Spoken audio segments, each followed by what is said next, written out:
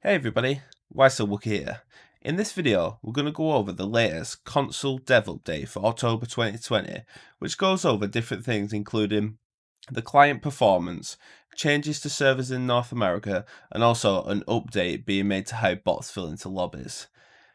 Hope you enjoyed this video, and if you find the information useful, consider liking and subscribing to see more. And also leave a comment below. Which of these changes do you think are going to benefit you the most? And also, what are you looking forward to seeing from Pubg in the future? But for now, let's jump right in. So the first thing that we get to see is that they've been working on the actual client itself for console. So recently they've seen a lot of people complaining about loading slow on Karakin, the loading in Karakin, and the plane's already 3/4 way across the map. Now, from my own guys that I play with, one of our lads has suffered from this terribly. Like a lot of the time, the plane has completely gone across the map and he's fallen to the ground before he's loaded in. It never used to be an issue when Karakin came out and it suddenly just started. Now, they've basically targeted this down to something that they did to optimize memory, but what it's actually mean is it's taking too long to load in. So they've reverted this change, but then they've discovered that reverting the change hasn't changed it that much for a lot of people. So basically, what they've done is they've put it as the high priority task for the engineers to try and get the improvement out and get it sorted as quick as possible. And then they also had a lot of reports of hitching, which they've basically worked out is to do with the bots using certain animations. And again, they're working on a fix for that. Now, they go on to say that with the importance of these fixes that they've got together to improve these issues, they wanted to roll it out as a hot fix, but then rolling it out as a hot fix, there might not have been time to get as much testing as they'd like. So basically, that's why they're going to push it with the next update, which is going to be update 9.1. But it's good to see that they've got fixes for both of these issues. So hopefully, we won't be seeing those loading issues anymore. And also, the hitching as well is going to get curbed, which is good. The next thing that go into is the Central North America servers. So around early September, they've seen a lot of severe instances of stuttering, packet loss, freezing, all kinds of issues on the North American servers. So they've been trying out different North American server providers to try and find out which is the best for not only PUBG's needs, but for the vast majority of people playing in that region. So this is like an ongoing thing. They're going to continue to try different ones. So if you start having a much better performance, you're not having anywhere near as much packet loss, it's worth submitting a Pubg ticket to give them the positive feedback, because then they're going to know it's working.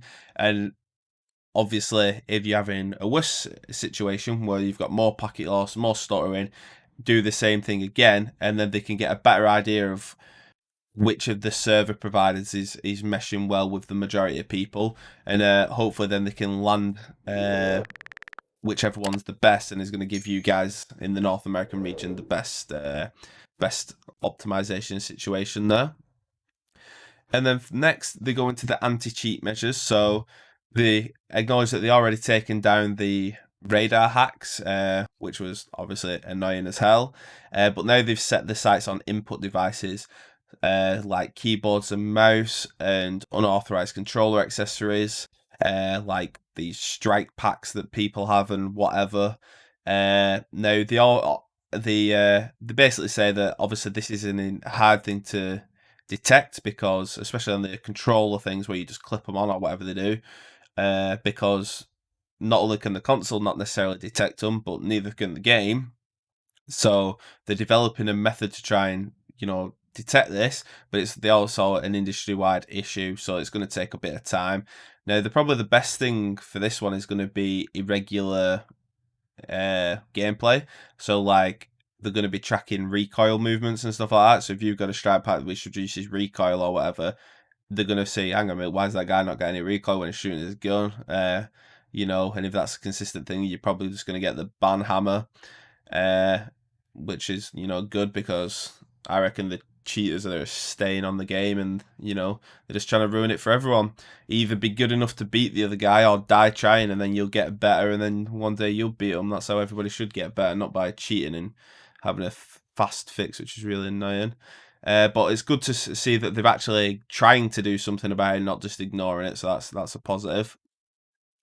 And then the next thing they do, they're talking about bots. So obviously bots were introduced into PUBG in update 7.1, which was terrible because at that time it was like 97 bots in a game. I think was my first game.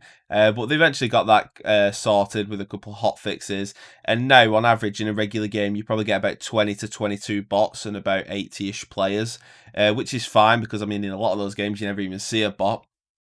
But they're ready to make another change now. So in the higher MMR matches, if the queue health is healthy enough to fill the entire match with players, it will do.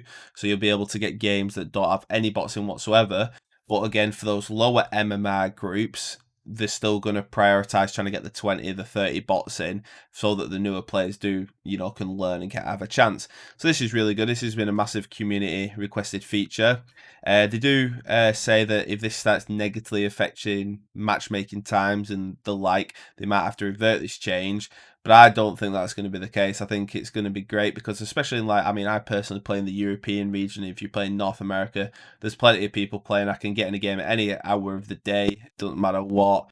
Always in a game in I don't know, less than 30 seconds. So I feel like it's just going to fill up with players for me.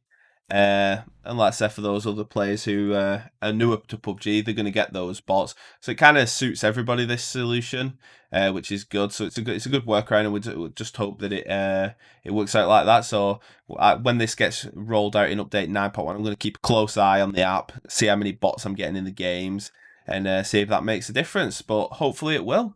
And that's it. That's all the things that they discuss in this dev console update for October 2020. And like I say, I hope you enjoyed the video and found this information useful. If you did, consider liking and subscribing. And like I say, leave a comment below. Let me know what you think about all this and what you can't wait to see in the future. Wookie out.